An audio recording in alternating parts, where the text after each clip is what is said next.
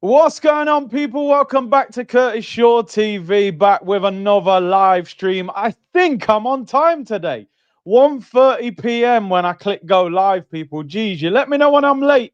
So I want you to let me know when I'm on time. Although I should be on time all the time, but uh, yeah, I'm very laid back with the times and stuff. But big up to everyone locked in. Hope you're well on this Wednesday. I didn't even know what day it was. Wednesday night business, people, and a lot to talk about. A lot happened last night for Arsenal and in the Champions League. Some big results, and it's kind of changed my thinking towards the weekend. I'll let you know why shortly, people, and we'll look at the injury problems. We'll rate yesterday's game. And yeah, we'll do all of that good stuff, people. But big up to everyone. Make sure you hit the like button and subscribe. Comfortable victory for us last night against Slavia Prague, a game we expected to win, and we got the result. I expected us to get the result. Let's be real, man. Slavia Prague away, we should be winning that game. So I'm not going to get overhyped.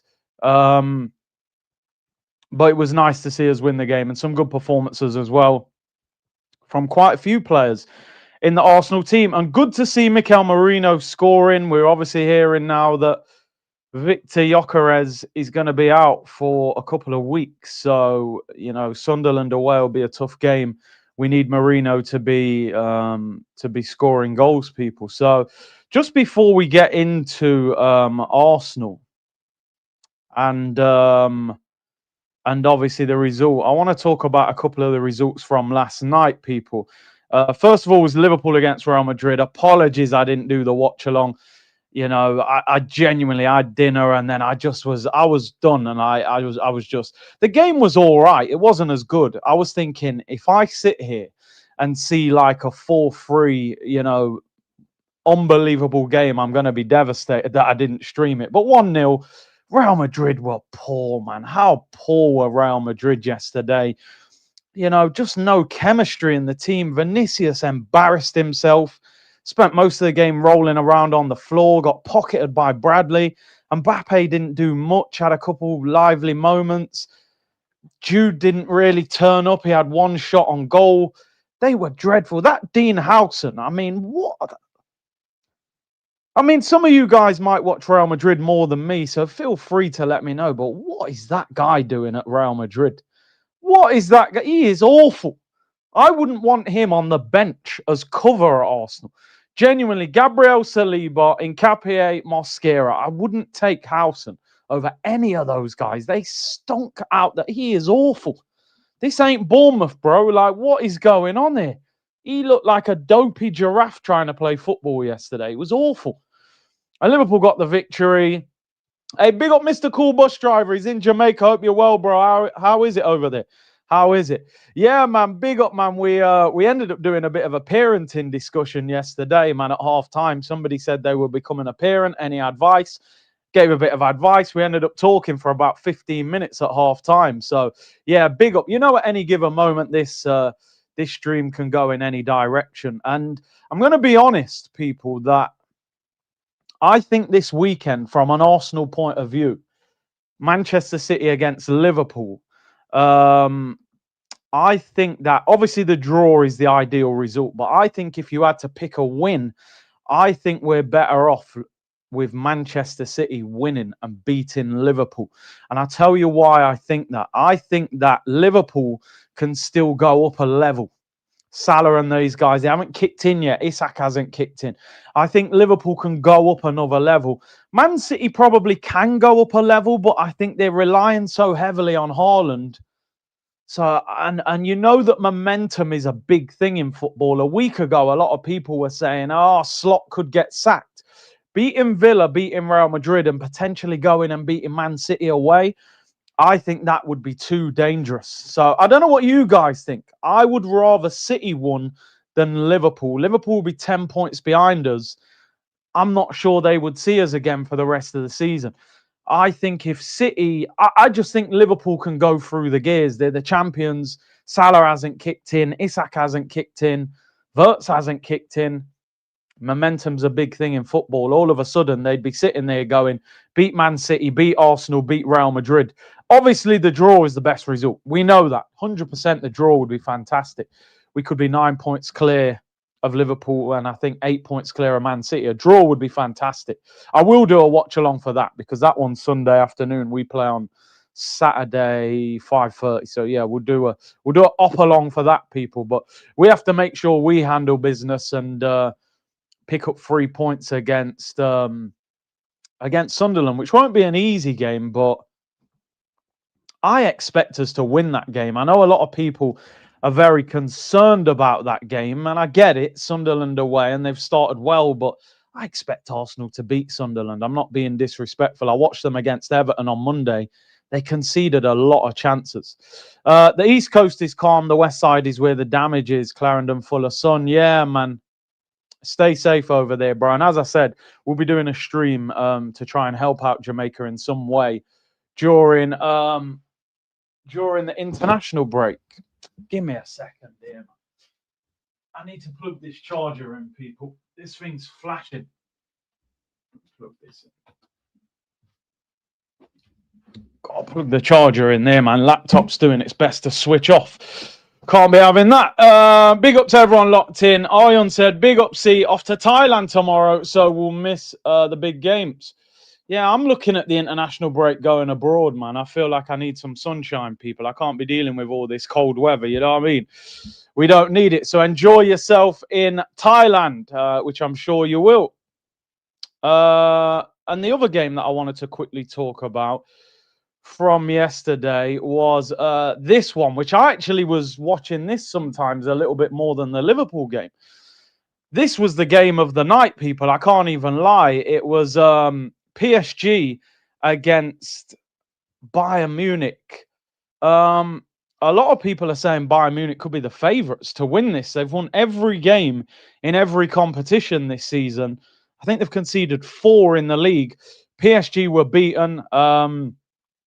Hakimi was badly injured yesterday. There are rumours he could have broken his ankle. I'm not sure if they've announced yet what it is, but people were saying it could be a broken ankle. Luis Diaz scored 2 goals in the game and then put the horror challenge in on Hakimi and got a straight red card. From Arsenal's point of view, Luis Diaz is now suspended for the Arsenal game due to that red card that he got last night. Horrible challenge. Jumped into the tackle, man. And Hakimi's foot got stuck underneath him. And obviously bent inwards. It looked terrible. I think he was in tears. It looks like a broken ankle. And obviously Diaz missing the Arsenal game is obviously a positive from our point of view, but obviously sad news for Hakimi, who probably is going to miss AFCON there as well. I think Diaz, by the way, is a big loss for Liverpool. I think he's better than Gakpo on that left-hand side. Probably they should have kept him. But it is what it is.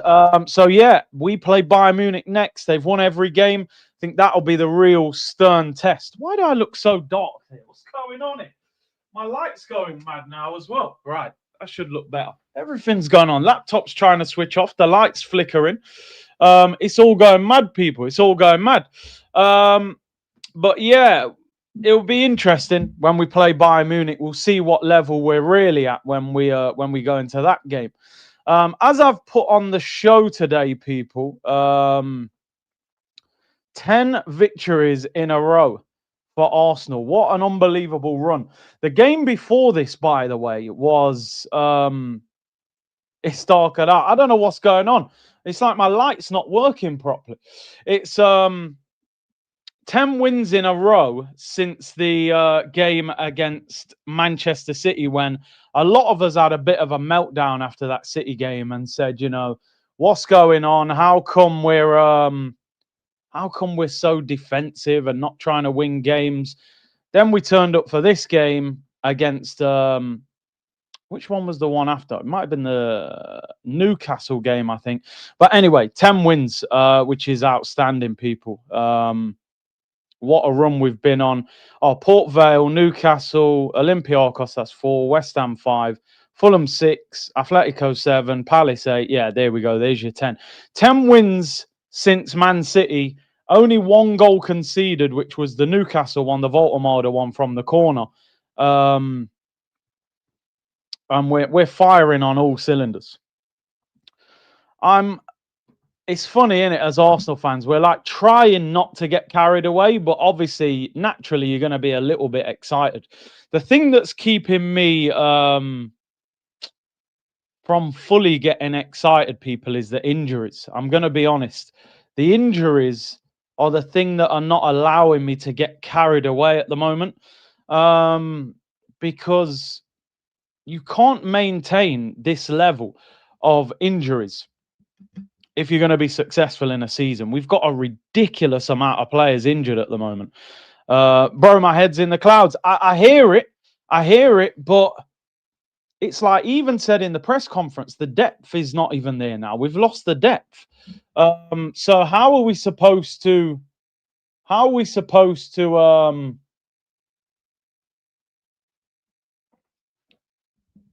get overly excited if the players that you brought in as backup are all now injured? I looked at our bench yesterday. Our bench didn't even look that, we had Saigo Juniors back and people like that. No disrespect to them. So we can't keep, and I spoke about this on Forever Arsenal today, and I spoke about it yesterday on here.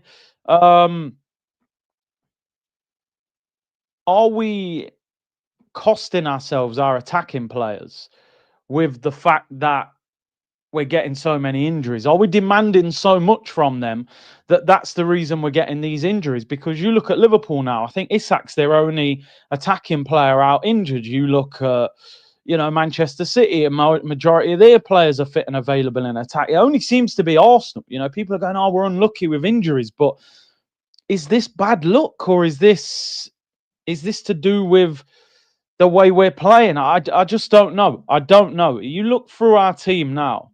Gabriel Martinelli's pulled his hamstring on multiple occasions. Gyökeres has done his hamstring. Madueke's done his knee.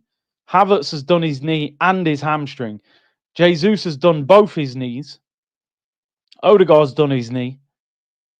I don't get it. They need to look at the medical team. They need to look at the way we're training. They need to look at the way we're playing.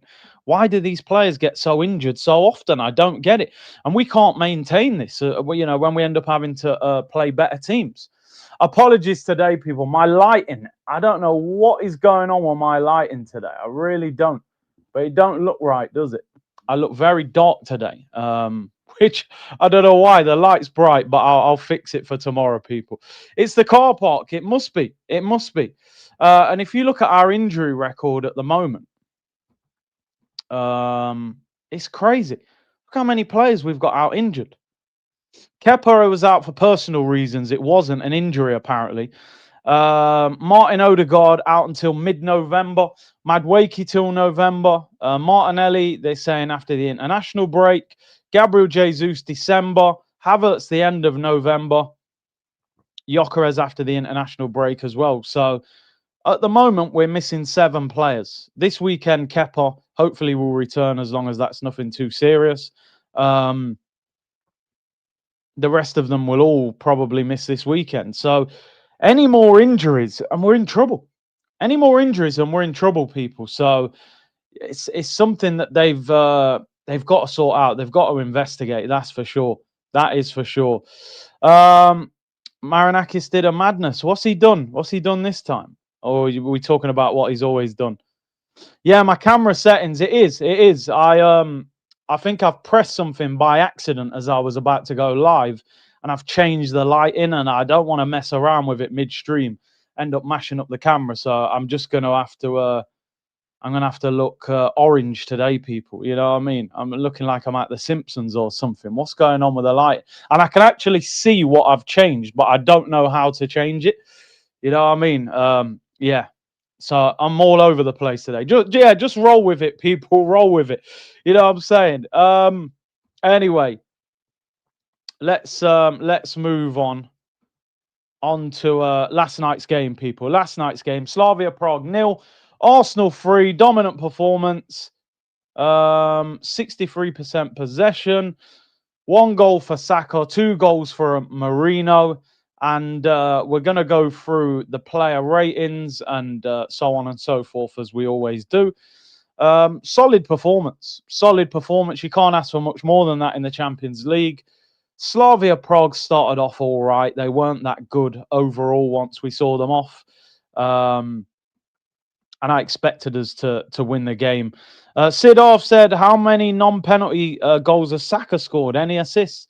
I think we were looking at that the other day. It's still over 20 games without an assist. I think he's got one non-penalty goal. One or two. The one in the Carabao Cup. I think he might have one more. So, yeah, still not fully at his best. But he played well in the first half. I thought second half he faded. Again, kept on the pitch. Kept on the pitch when I feel he should have come off. Should have come off yesterday. You know, played the full 90 against Burnley. Played the full 90 yesterday. He'll start against Sunderland. He'll probably play for England back to back. Then he'll play against Tottenham. Then Bayern. You know, sometimes use the opportunity to give him a rest. But yeah, it is what it is. Big up to you, Inform Collective, with the super sticker. And big up to Alfred, who said, are you at your current club and tired and need a rest? Look no more. Come to Arsenal. We can give you rest you need and still get paid. Arsenal is a funny situation, isn't it? Some players get rested and some get overplayed. It's like you've got to find that balance. It is crazy, isn't it? And Saka's about to get a 300 grand a week contract. So that form does need to kick into gear, because that contract will come with its own pressures as well. So he is going to need to step up. I thought first half he played quite well. Big up Aditya, who said, big up C, genuinely the best community. Liverpool fan here. Arsenal look the best in years. Love the streams and banter. I've had a tough time lately, but look forward to your streams and bless. Hey, big up, man. Appreciate you tuned in. And yeah, man, listen, Liverpool, it's not exactly all doom and gloom, is it? You've won 2 big games this week, a massive game on Sunday, which can sort of dictate the way that season goes. I think if Liverpool get beat, they've got 1 foot out of the title race if they're 10 points behind Arsenal. If they win, they're very much, they're very much in it. And obviously depending on Arsenal's results. So we've just got to win. But yeah, big weekend of football ahead. But yeah, draw would be the best result from an Arsenal point of view, I think. Let's go through the player ratings, people. Let's go through the player ratings. I just freestyle these, no planning. We just figure it out as we go. Yeah, people, apologies for anyone tuned in.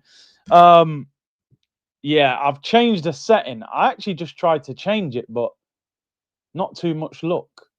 I don't know whether I should mess around with this or not. No, I think it's best we leave it. We'll leave it. Look, it's coming up with all sorts on the screen. Let's leave it before I mash up the whole screen. But yeah, today my camera is dark. I've messed around with it and messed up the settings. So it's like you're in a nightclub. You know what I'm saying tonight, people? Yeah, nightclub settings. So yeah, just bear with me. Bear with me. David Raya in goal. Pretty much nothing to do again. He's working from home. What do you guys think about David Raya's performance yesterday, people? 7, 6.5, 7. We'll give him a 7.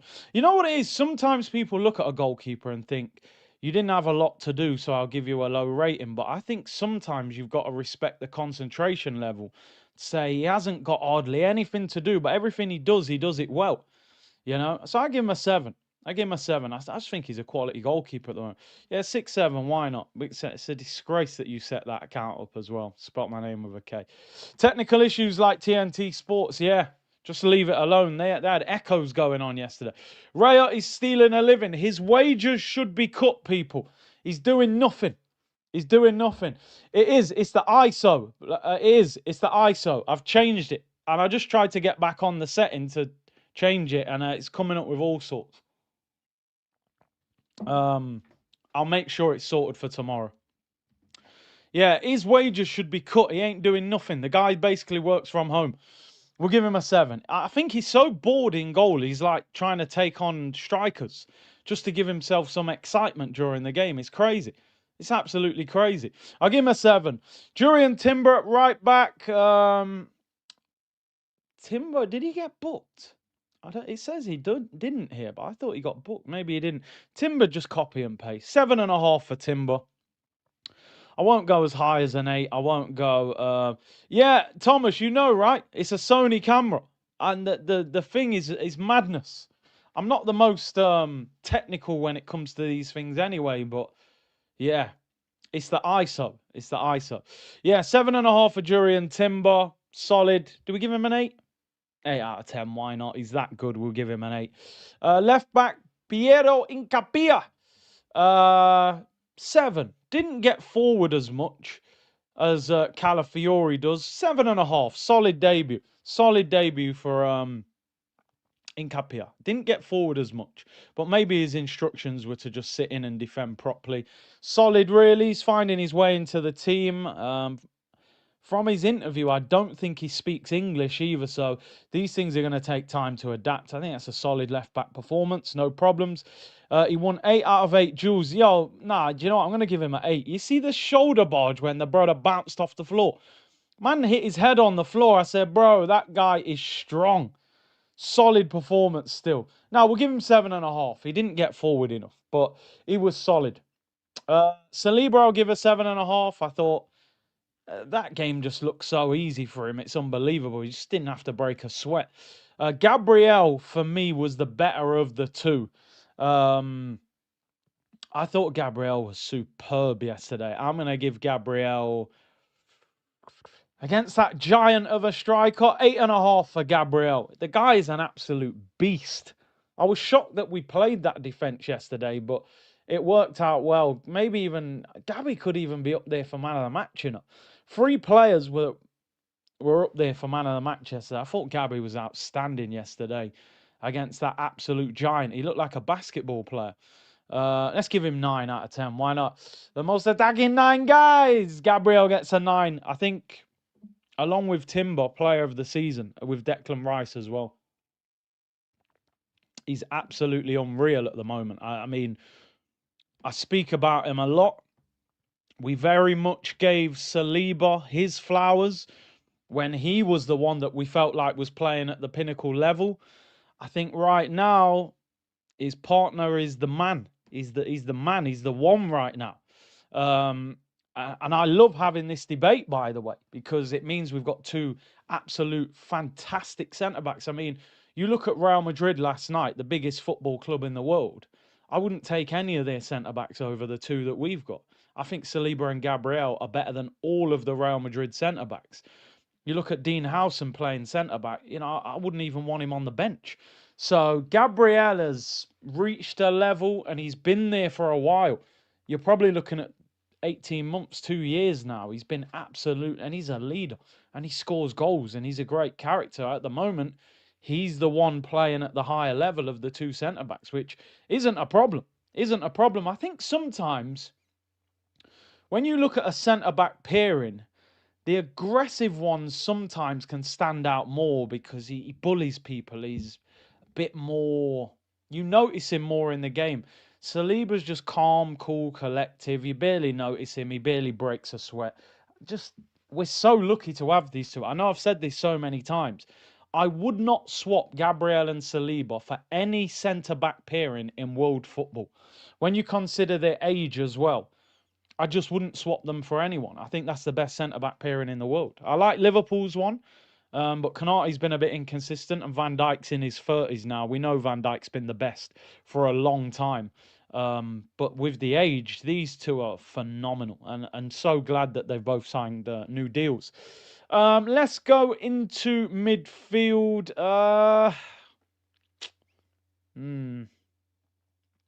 Be kind. Don't be too harsh on him. He was in tears when you signed him. He went like, don't get me wrong, he wasn't bad, but I didn't. Be kind. You're top of the league. Don't do it. Don't do it. Don't do it, guys. No. Oh no. What shall I give him out of 10? I don't know. He was all right. Be kind. 6.5. 6.5. I don't want to say much more because I'll get in trouble. 6.5. Keep it moving. Christian, no God. Just give him a 6.5 and keep it moving. I don't know what to say. He got a yellow card. I didn't notice him much. Genuinely, let me know. What do you think? Do you guys think he played well? All right, 6.5. People saying he's pants, 4 out of 10. Not Arsenal level. Yeah, Buzz Lightyear gets a 5. Nah, I'm joking. I gave him 6.5. Sympathy 6.5. He's average. He's average. He's an average player. At the moment, I don't think he's Arsenal level. And do you know what, people? I'll be honest with you, right? The whole he's a backup player thing doesn't work for me, and I might be overly critical, but backup players have to play games at some stage. You know, I always say, is he good enough to step into the team for 3 months and still win the league? That's how I judge a backup player. I don't judge a backup player on, can he come in for one game and we get away with it? I look at backup players and go, okay, if Zubimendi's out for 3 months, does Norgard keep us top of the league? You know, I don't know. I don't know. You know, but let me not say too much. I don't want to be too critical. We'll move on. I give him a sympathy 6. And I've got to be fair here, by the way, right? I've got to be totally honest. And I can't use favoritism here. Nwaneri was worse than Norgard. He was awful yesterday for his standard. And I know he's 18, and you know I'm a big fan of him. He tried too hard. He tried way too hard yesterday. Every time he got the ball, he tried to shoot. He tried to play a wonder pass, tried to dribble. He lost the ball so many times yesterday, and he got dragged. And I've said it before, and I've said it again. In the first team, I don't think he's an attacking midfielder. I just don't. I don't think he's an attacking midfielder. I think he should play on the right. I think he should play on the right-hand side. When he came in for Saka last year on the right, he was good. 1v1 situations, skipping the fullback, put a cross in, scored a couple goals, nice. When he plays central, it's like the awareness. I always speak about it, that 360 awareness that you need. He gets caught. Sometimes he starts dribbling, gets the ball nicked off him. Listen, he's only 18, he'll learn. But it wasn't a great performance. He was probably our least effective outfield player. 5.5. I got to be real. I mean, you say give him time to learn, but this, with Odegaard and Eze in front of you, bro, you ain't going to get much time to learn. You got to learn on the job. You know, that's the problem for Ethan. We're big Ethan fans in this community. We want him to play and be a good player. But when you've got Odegaard and Eze in front of you, you're not going to get too many games. So when you get a game, you need to do something. You know? I'm a big fan of Ethan, but I do wonder if he needs a loan. Listen, we got 7 players unavailable. We're not in a position to loan him. If you got 5 or 6 of those players back from injury and kept them fit, I wonder if Ethan could do with a loan to a Brentford, a Brighton, a Bournemouth. Go and get 20 league games. I think it would actually benefit him more than sitting on Arsenal's bench and barely getting game time outside of the Carabao Cup. I think he needs to play on the wing. I think he's better on the wing. But yeah, he'll learn from it. You know, we don't write him off. I still think he's a fantastic player. Declan Rice yesterday, by the way. I mean, I didn't want him to play yesterday. I didn't want him to play. I spent most of that game saying get him off the pitch. But I'll be honest with you, this is becoming, and we're only early in the season. It's only November, so I don't want to get carried away. This is becoming, for me, this is becoming one of Declan Rice's best season at Arsenal. His first season, he was fantastic, but he played in the 6, and we knew he could play in the 6, so I expected him to do what he did at West Ham, and he did do that. Last season, I thought for half the season, he was below his level. Second half of the season, he improved massively. This season so far, Rice has shown me a side to his game that I genuinely didn't know he had. I'll be totally honest with you. The pass that he played to Saka, where Saka hit it, the keeper saved it. Fabregas-esque. The ball into Mourinho. I thought he was the best player on the pitch yesterday, along with Gabriel. Mourinho obviously will get his props for the goals.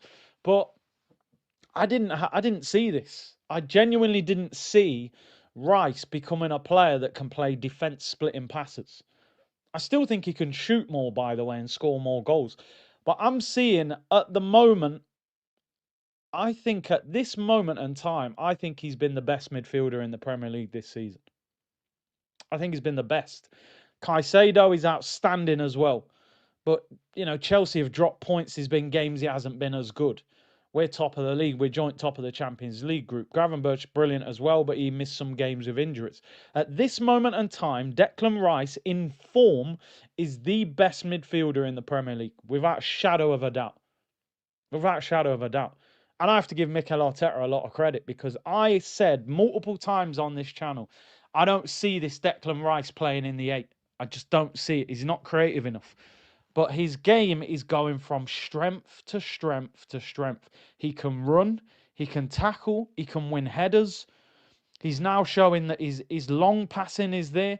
He's the best corner kick taker in the league. He chips in with important goals. His leadership, his maturity, didn't get booked yet.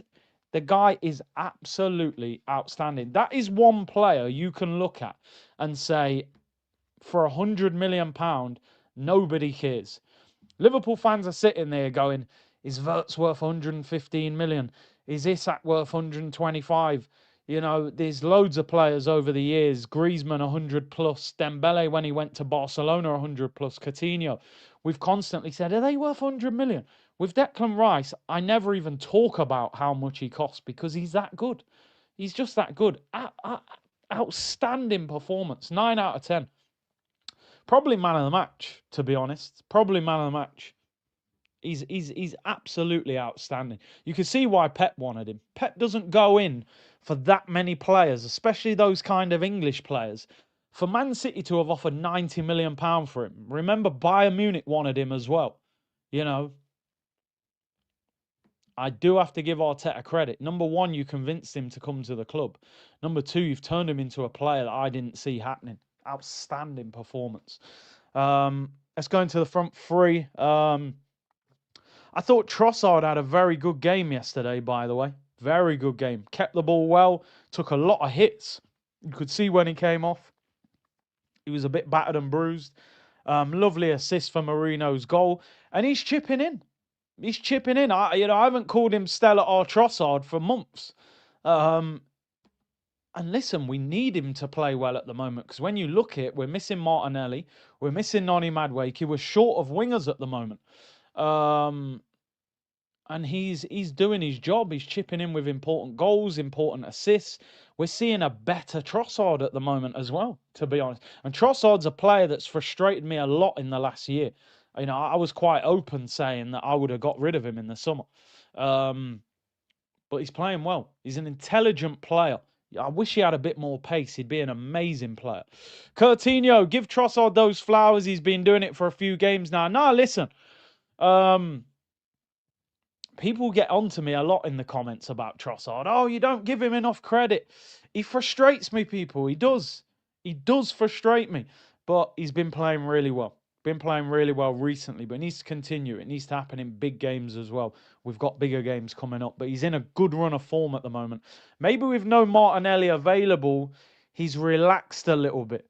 Hey, nah, relax, people. Man said, I like this Top Gunner Curtis. So much positivity. Listen, I told people all the time. Listen to me here, people. And for those at the back, by the way, apologies. My screen is dark today. Yeah, I messed up the camera, so relax. I won't look like this tomorrow. I'm a reflection of the team. If you make me believe you're going to win the league and then you drop us and you don't win anything, and I got to watch Tottenham doing parades, Crystal Palace doing parades, even Charlton. You know how many parades there was in London this summer? So many parades there was. Buses going through London. Hey, trophies. Where's the Arsenal parade? Nah. I can't celebrate unbeaten runs. I can't celebrate goals conceded. None of that I celebrate. Lift up silverware. I'm in a positive zone right now, people. I'm telling you. But nah, top gooner and all that, relax with that.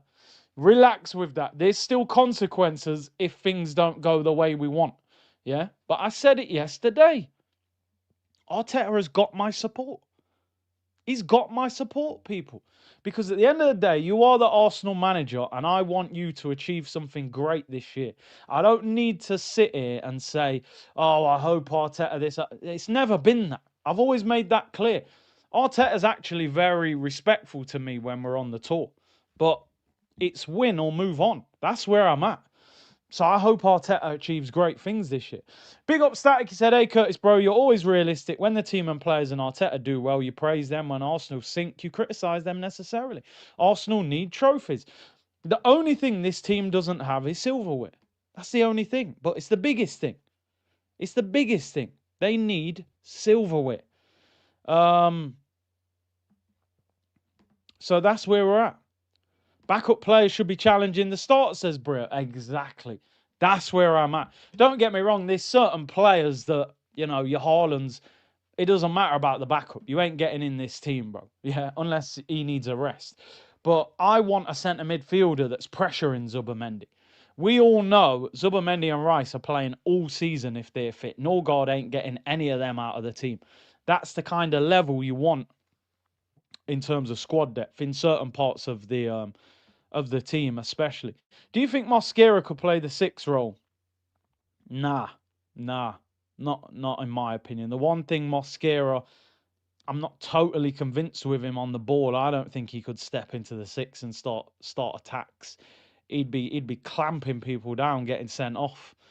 Thoughts on Mikel right now? Mick out, but even I have to shush, says Arrow. Listen, Arrow, as I said, it doesn't matter if you're not a fan of Arteta or you're a huge fan of Arteta.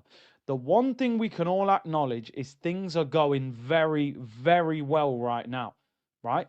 So we have to support him and support the team. The consequences will be there at the end of the season. You will know my opinion at the end of the season, and you know what I've made it abundantly clear. For me, Arsenal need to win the Premier League or the Champions League. Even if they won the Carabao Cup, I would say enough's enough. Because I don't think, trust the process, 6 years at the club, $1 billion spent, and all the PR can be justified by a Carabao Cup. Ange won the Europa League, got sacked. For me, he needs to win a major trophy. Wenger won 3 FA Cups in his last 5 years, and they protested him out of the football club. So that's where I'm at. Arsenal should be winning one of the big ones this year. With this squad, with this money, with this support. Yeah, no, it's never been personal, bro. It's never been personal. Like, I've literally stood there on tour and shook Arteta's hand and said, I hope you win trophies this year. I asked him in the press conference, do you feel you have to win trophies this season? His security guard, who you see him with all the time, right? He's a scouser. Every time he sees me, he goes, oh, trouble's here. I said, why? He goes, oh, you're always on the gaffer's case. I said, listen, we got to win trophies. They know. So when people jump on Twitter and go, oh, you're in the press conference talking to him, but does he know what you're saying offline and blah, blah, blah? Brother, they know. They don't let you in the press conference without doing their due diligence. They're not just going to, when you apply for your media pass, they don't just go, yeah, Curtis Shaw TV tick. They go, no, have a look on his channel. Is he saying wild, inappropriate things? Has he been in trouble in the past? What's he saying? You go on my channel now, there's about 15 Arteta out shows. There's about 100 Arsenal therapies. It's all there. The security guard knows. Some of the coaches, they know. They go, oh, trouble's here. You're always on the manager's case. I say, yeah, he needs to win trophies. They go, okay, fair enough. I get it. So they know. They know, people. They know.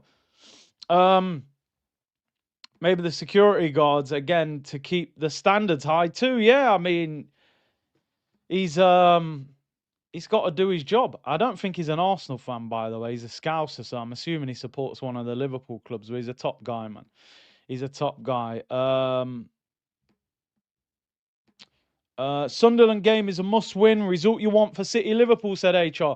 As I said, HR, at the start of the show, I want a draw, but I think I would rather Man City won than Liverpool. Not everyone agrees with that. We spoke about it at the start of the show. Dens, you're right. It is all from a good place, and that's what they know. They know it's all from a good place. We all want the best for the club. I said this before, it doesn't matter where you're at in terms of your mindset with the club. The main thing is we're all focused on the same thing. And that is success, and that is supporting the team. Criticize if it's fair, if it's needed. I spoke the other day about Saka's numbers, and there was a backlash in the comments. Saka's got a lot of supporters, and people don't like to hear him criticized. But we spoke about it. We'll always speak about things that are necessary. Jason said, just don't walk in the press conference with any merch on, otherwise you'll get escorted out like Babs. Yeah, can I have a word, mate? Yeah, no problem. No, but outside, while I put my hand on your arm. Yeah, come outside, mate. Can we have a little chat? Mikel's just watching you walk out. It's 5 things we learned not to do in the press conference. Number 1, don't wear an Arsenal kit to a press conference. Big up Babs, yo, brother got escorted out neatly as well, just neatly. It was all very calm and no noise. It was just a little whisper in the air. Man lifted him off the chair and just eased him out of the door. One of them moments you need on camera, one of them moments you need on camera. Right, where we're at. I gave Trossard, what did I give Trossard? 8 out of 10. I thought Trossard was very good yesterday. Let's go to Saka. Do you know what? I was explaining just quickly. I want City to beat Liverpool because I think if Liverpool beat City, they'll have a lot of momentum. Beat Villa, beat Real Madrid. If they beat City, I think they're coming back. And you've still got Isak, Wirtz. A lot of their new signings have not even hit top gear yet. Where I look at City and I think Haaland's at his best right now, Can he carry that team by himself? I think their next top goal scorer after Haaland's got 2 goals. So, yeah, I kind of feel like Liverpool are more dangerous than Man City. I don't know why I've got that feeling, because it's Pep, it's Haaland, really. You're right to probably think it's Man City, but I've watched City and Haaland just seems to be the difference in every game, where I just think Liverpool can go up a level. They're one of those clubs. A draw's what we want. Let's be real. A draw would be brilliant. We could be 9 clear of Liverpool and 8 clear of City. We've just got to make sure we win. That's the first thing. Bukayo Saka, I thought first half he played really well. I thought second half he faded. Again, I was shocked that he didn't get taken off. It's funny with Saka. It's like when he has the opportunity to rest him, he doesn't rest him. I don't get it. He's played 90 at Burnley, played 90 yesterday. I just felt yesterday, take him off with 20 minutes to go. He played well. That defender was strong yesterday and Saka was bullying him. But the one thing that frustrates me a little bit with Saka, and again, don't get on to me, people, he doesn't create hardly anything for anybody else. It's like, and I like the fact he wants to score goals, but sometimes, like, bro, whip it across the box. Like we said, he's been over 20 games without an assist. It's like, again, I think there's an element of Saka trying too hard again. And you know what you've got to think, and I'm going to put this out there in Saka's defense, because I've seen this with players before. It doesn't happen to everybody, but it happens to some players, right? When you tear your hamstring, the odd one, it doesn't happen. Osman Dembele tore his hamstring and it didn't really change him. But you lose a bit of that explosiveness. It's something that's very difficult to get back. Even if you're fit, you're just not quite as quick. Your body's probably protecting itself. So when you're really trying to run, your body probably holds back a little bit. Or maybe you can't do it anymore because the hamstring's not as flexible as it was before. I think Saka almost, it's like, I've got to score. I get the ball, I'm going to cut inside, I've got to shoot, I've got to score, I've got to get my numbers up, I've got to prove that I'm one of the best right wingers. Doesn't look quite as quick to me. Still strong, still a brilliant dribbler. So I think he's almost doubling down and trying to do too much, where I think sometimes you've just got to relax. Maybe you're not quite as... And do you know what it is as well? you might have to blame the club for it a little bit as well. And obviously, he pulled the other hamstring. You might have to blame the club. Sometimes you're a victim of a habit. And what I mean by that is, I think for the last 2 or 3 years, Arsenal have said to Saka, put this team on your shoulders, be the main man, right? Score the goals, carry us, get us over the finish line. All of a sudden, now we've signed Gyökeres, now we've got Eze and Odegaard and all these players. We're probably now saying, look, Bukayo, you don't have to do that anymore.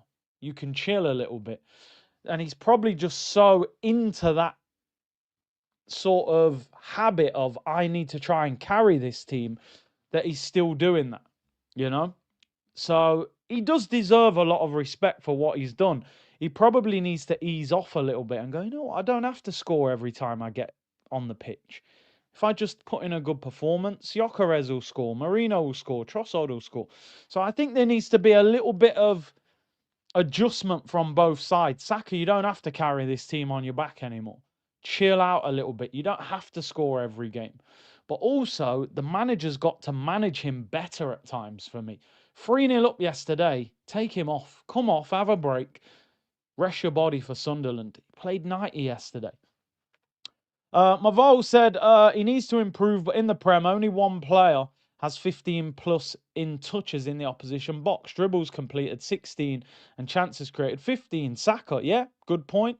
Goal bonus, yeah, maybe his goal bonus is like 50 grand and he just, wants to make bread. Curtis, he's been carrying the team since he was 18. It's hard to let go. No, Don, I agree with that. And that's to his credit, by the way. He gets that star boy tag because in reality, the day Oba left this football club, we didn't have a star player. We just didn't. Ozil had gone, Oba had gone, there was no star. Saka became the star at a young age. So he's used to that responsibility on his shoulders. What we need to do now is say, bro, you're 24, you've took so much responsibility in this team, you've torn a hamstring for this team, relax a little bit. And that might take some time, he's probably not used to that. So we'll see. A lot of people are saying this, Should Saka go on the left sometimes? Yeah, I think he could. He played on the left when he first came through. But I don't think Saka will want to play on the left because naturally a left footer will score less goals playing on the left than a left footer playing on the right. Heavy lies the crown, yeah, 100%. I don't think Saka would want to play on the left because the goals would be more difficult. Where you can cut inside and, he's got that goal on lock, hasn't he? What would I get? Do you know what? I haven't even rated him for yesterday. What would you guys give Saka rating for yesterday? I was going to give him 7.5. I thought Trossard maybe was a little bit better than him. I thought first half Saka was really good. Second half, not as good. He still hasn't signed that contract. He's going to sign that contract, bro. 300 bags a week. I think he would get more assists on the left because he'd just get past him and whip it in. Although, yeah, that's a good point. Rafinha has scored loads of goals as a left footer playing on the left. Now our fans will call for Noni, who does a step over but gets nothing. He'd be the same as Saka. Nah, listen, Saka's better than Noni. We know that. His end product's better. His end product's just better. So, big up Manchester Gunner. Appreciate the super sticker. And Sahil said, Mourinho always delivers. We need to stop judging him on one start here and a bench appearance there. 35 mil. We expect Modric level performances from him. Sahil, whilst I agree with some of what you've said, I'm gonna give a little bit of an argument on that. The 35 million thing, I mean, Gravenberch cost 35 million. And he got in team of the season last year and was rated as probably the best DM in the league last season. So 35 million is not always a reflection of how good you are as a player, although sometimes it is. I think the frustration with Mourinho is you watch Mourinho play in midfield for Spain, he looks like a world beater. When he plays in midfield for Arsenal, he's very ineffective. Now, maybe the role's different, but he just hasn't been great in midfield. Mourinho has saved himself at Arsenal by what he's contributed up front. There's just no doubt about that. If Mourinho hadn't gone up front last season, I think we'd be sitting here saying this is a poor signing. It's as simple as that. That's not to say he's not talented. That's to say it hasn't worked. When he plays up front, Mourinho is different to when he plays in midfield. So I hear your point, but that's my sort of pushback to that. You know, listen, 2 goals yesterday. His first goal was brilliant. His movement was brilliant. I don't actually think he played great, particularly in the first half, but second half he did really well. He took both his goals well, and I'm going to give him 9 out of 10 because you're not a striker. You've gone up front again. You've bagged 2 goals. He's got the same amount of goals as Sesko. Oh, Sesko got 3. Sesko might have 2, but then I think Mourinho's got 1 elsewhere as well. But in one game, the guy scored 2 goals in the Champions League. It's quality. I find it funny when he's up front, but he's good, man. That guy can finish. I genuinely believe that Mourinho is one of the best finishers at Arsenal. And he's class. He's class, and I feel confident that we can beat Sunderland with him up front. I was concerned that Gyökeres is out. We're not going to have that same movement. Mourinho comes in, scores 2. I'm like, yeah, I think we'll beat Sunderland. He'll score. I think he's better than Havertz, to be honest. As a striker, I think his composure is crazy. Mourinho reminds me of Giroud. Yeah, a little bit. I get it. Them sort of in the penalty area, he's class. He's really good. Yeah, his header against Newcastle. I was thinking, who did he score the other goal against? 9 out of 10. More than a 9, guys. More than a 9. Quality player. Quality. Stepped in, did the business, exactly what we needed. And we need it because Jesus, Havertz, Gyökeres, they were all injured. What would we be doing if Mourinho wasn't able to step into this role? It's absolutely vital. Who came off the bench? Ben White, Eze, Skelly, Max Dowman, Anus. Can't really remember anyone doing much. To be honest, I want to just give a special shout out really to the 2 young lads. Max Dowman, the youngest player to ever play in the Champions League. He's about 6 weeks away from turning 16. And he brought the ball out of the air yesterday. And you're just like, it's not even fair that you can do things like that at 15. I don't even understand how it's possible, to be honest. The guy's a joke. And I'm going to be honest with you. I know some people think it's a bit of a, you're just putting a 15-year-old in the team. I think he's good enough to get minutes in our first team. I really do. I think he's that good. He goes past defenders like they're not even there. And if you noticed, everybody doubles up on him. He's a 15-year-old. He goes past the first defender like you just, like the corner flag standing there. He's good enough to get minutes. He's one of the best dribblers at the football club. He's absolute pure class. And listen, I don't care if he's 15. Give him game time. He could be an unbelievable player if his development goes, in the right direction. But he's class. Andre Harmon Anus, big up as well. Champions League debut, 17. Didn't get a lot of the ball. But listen, big up to him. I love seeing these HLM players get an opportunity in the club, and great to see. I mean, we look at players like Lewis Skelly. I think Lewis Skelly's just turned 19, and we don't even look at Lewis Skelly as a young player anymore. It's like he's an experienced footballer. We forget that Skelly breakthrough season was last year, and we look at him like he's an experienced player. Listen, I know we've got a big squad at the moment, and it's about the results. I do feel a little bit for Lewis Skelly at the moment. All of a sudden, you've gone from the starting left back to probably third choice left back. I do hope at some stage he gets a run out in midfield. I really hope so. Eze came on, Ben White. I honestly don't remember them doing a lot. If we don't get OGs at the end of this week, we will sort it out for the international break. Definitely next week is, it's quiet time. We should easily be able to get that done. Hopefully, maybe we can get 2 of them done. Did you see Ben White pretending to look for the ball in the crowd? Yeah, is at the start, I was like, can't he find the ball? Then I realised it's Ben White. It's dark arts. He knows exactly what he's doing. He knows exactly what he's doing, time wasting. Proper wind-up merchant. Alfred said, Chido will be realising he could be in a noose position. Also, I think Dowman would be better in the 10 and Ethan on the right. That's a good point, because Max does have that close ball control. But then again, has he got that 360 vision? But I do think Ethan should be on the right. In terms of Chido Obi, I mean, at the start, the move went really well for Cheeto because he was getting first team opportunities. I think that was under Ten Hag. Now Amarim's coming. He's nowhere to be seen. He's back in the under 23s. Listen, he'll be sitting there at 17 going, I'm on 30 grand a week. I'm not regretting nothing. Do you know what I mean? So it's difficult, man. I think sometimes we've got to. I saw Cheeto get a lot of criticism when he left. It's hard, man. Imagine being 16 years of age. You're on, I don't know how much he was on at Arsenal, but it wouldn't have been loads. And United offer you 30 grand a week. Apparently, we offered him about 15. It's difficult. You're 16, you're from the inner city, you've never had money. Man United, 30 grand a week. That's guaranteed bread, 5-year deal. And let's be real, if we're really being honest, is Harriman and Noose actually going to get regular game time at Arsenal? Probably not. Probably not, to be honest. He's here at the moment because we got no Havertz, we got no Gyökeres, we got no Gabriel Jesus. No disrespect to Harriman and Noose, but I'm not looking at him thinking, yeah, you're going to get 20 games this season. You're here because people are not available. So would Cheeto have got that much game time? I don't know. But yeah, listen, the bag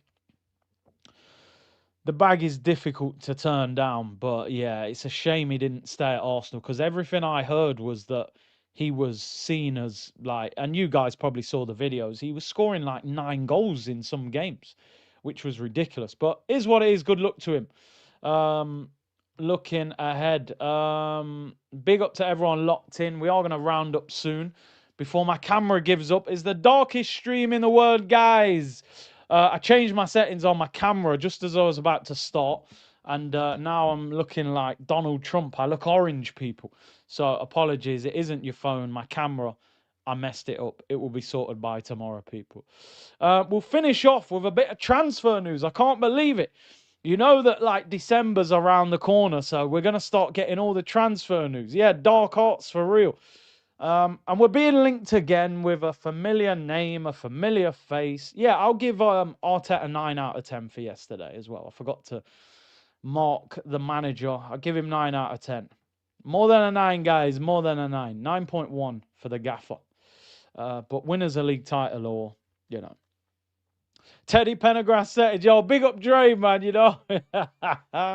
You know them Sunday morning songs, man, blasting out of the speakers. Them ones there, people. A bit of transfer news before we round up. Rodrygo.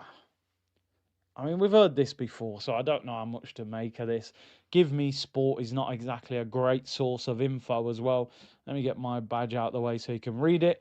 Rodrygo wants to leave Real Madrid in January with Arsenal and Tottenham interested in the 24-year-old.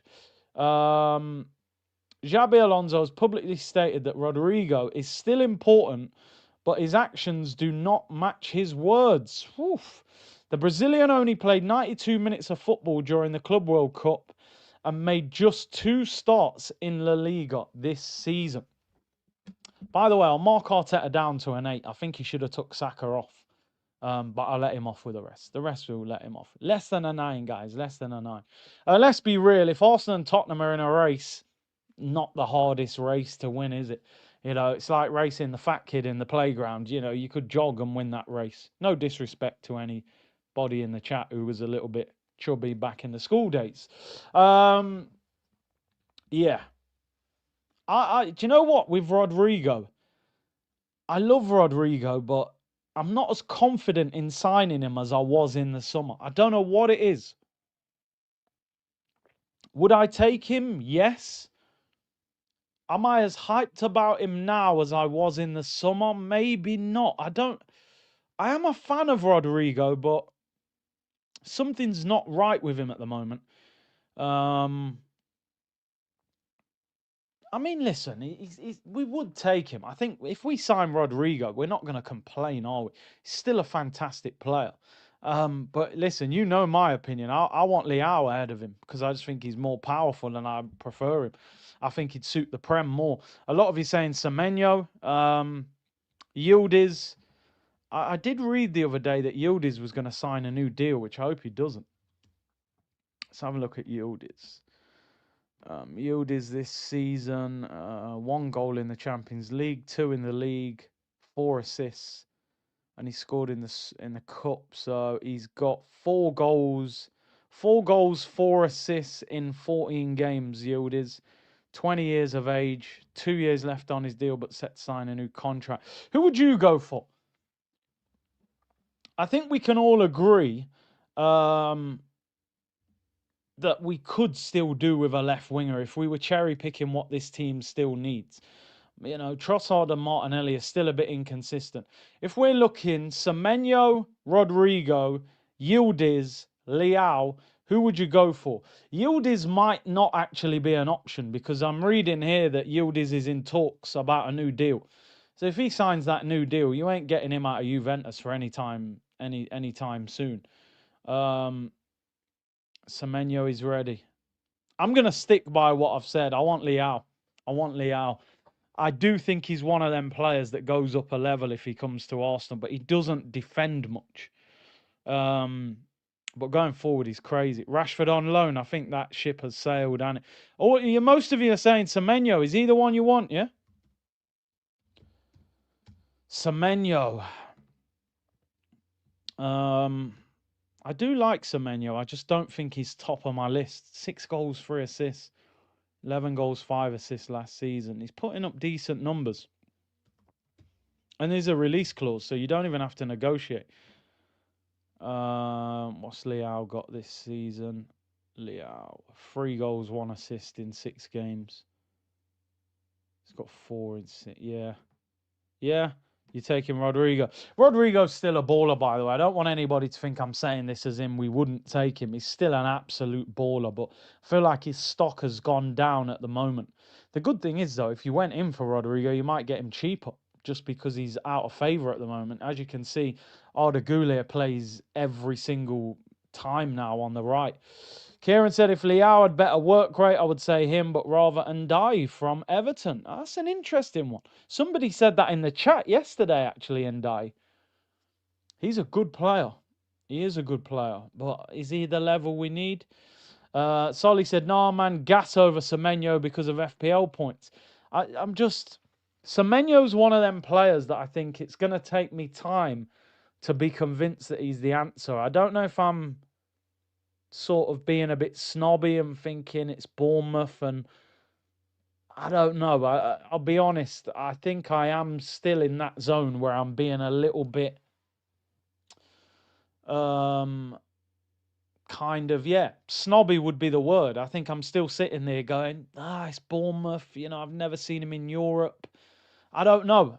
Maybe you shouldn't. I don't agree with that, though. I mean, Kasim said stop rating Rodrygo.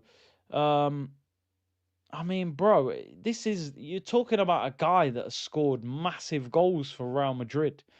You know, you can't underestimate players who've been there and done it. You can't underestimate that. You look at a player like Howson, you look at a player like Kirkez, for example, top quality players. What's everyone saying about Kirkez at the moment? He's struggling to adapt to the higher level. No one's sitting there saying Kirkez is a bad player. They're saying he's struggling to deal with the bright lights of Anfield and Champions League. You know? Would you take Jack Grealish? Nah. He's on nearly 300 grand a week. I think he's 30. I wouldn't. I would have took him when he was at Villa. The game's changed. See, look at Vinny against Prem teams. You know, Vinny last night, I was disgusted in his whole performance. I couldn't stand watching him play football. One of them where you want to turn the TV off. I'm a massive fan of Vinicius, but he was disgusting last night in every way.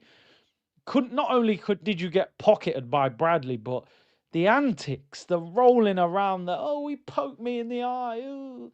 I was like, brother, you're meant to be a Brazilian. Like, I think, we have this thing in our head that every Brazilian's from the favelas. I reckon some of these Brazilians, they've come from farms and that. They're countrymen, I'm telling you. Some of these Brazilians, man, you assume, he's Brazilian, he's from the favelas. You know, Lil Z from City of Gods, he was playing football while they were shooting guns next to the pitch. These men here, they were herding cows and sheep. They weren't in no favelas. These men are weak, soft youths. rolling around the floor, embarrassing people. Nah, man.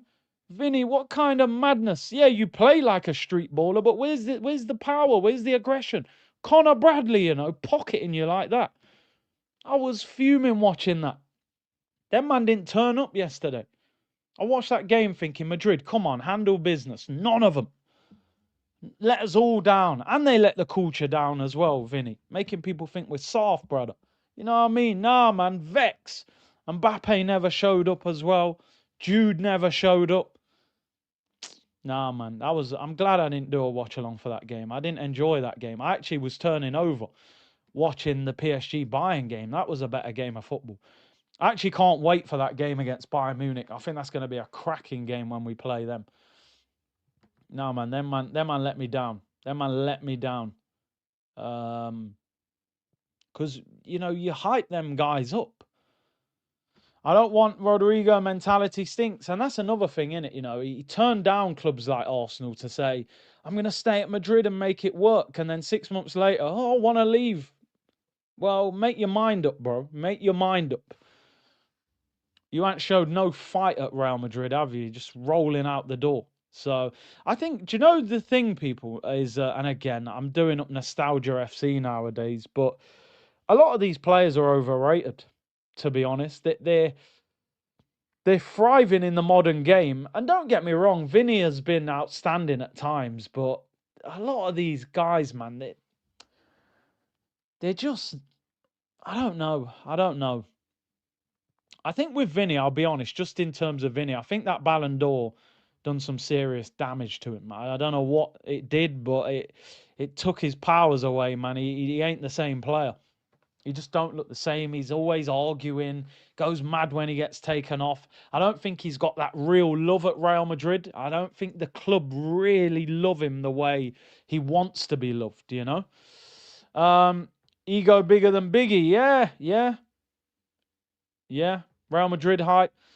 One thing that's for sure about Real Madrid is they're not the Real Madrid of years gone by. I think if we played them again this season, I think we could beat them again, to be honest. And if you'd have said that years ago, Real Madrid, I'd say, no, we can't handle them. We can't handle them. I look at them now, I think your defence is trash. That Real Madrid defence is awful. They've got no cohesion, no chemistry. They're lacking. They are lacking as a football club. I think Alonso will be sacked as well. I don't think he can handle that dressing room. He'll never be the main guy. That's the other thing, Dens. Mbappe's come in and little broed Vinny. He's took over the limelight. And he probably doesn't like that. La Liga. I mean, La Liga, I love the football. I love the style of football. But the thing with that league is it's top heavy in that league. So what you get is really, the money is basically split between Madrid, Barca and Atletico. The other clubs get crumbs. So they don't have the financial power that they have in this country. Look at this country, for example. Nottingham Forest signed Gibbs White for £45 million. They're currently in the bottom three. You would never get that in the Spanish league. We got big money. I'm not saying the Prem's better than La Liga, but I think it's more competitive as an overall league. I still think Spanish football technically is better to watch and learn, but the competition over there I think the league is weak because they don't have the finances. They don't have the fan base, We got clubs at the bottom of the leagues that get 50,000 fans in the stadium. You don't have that in Spain. You just, that level of support is not the same. So I do like Elliot Anderson. He's a good player. He'd be expensive, though. I think Forest, they paid nearly 40 million for him. I think they'd ask for probably 70 million, maybe.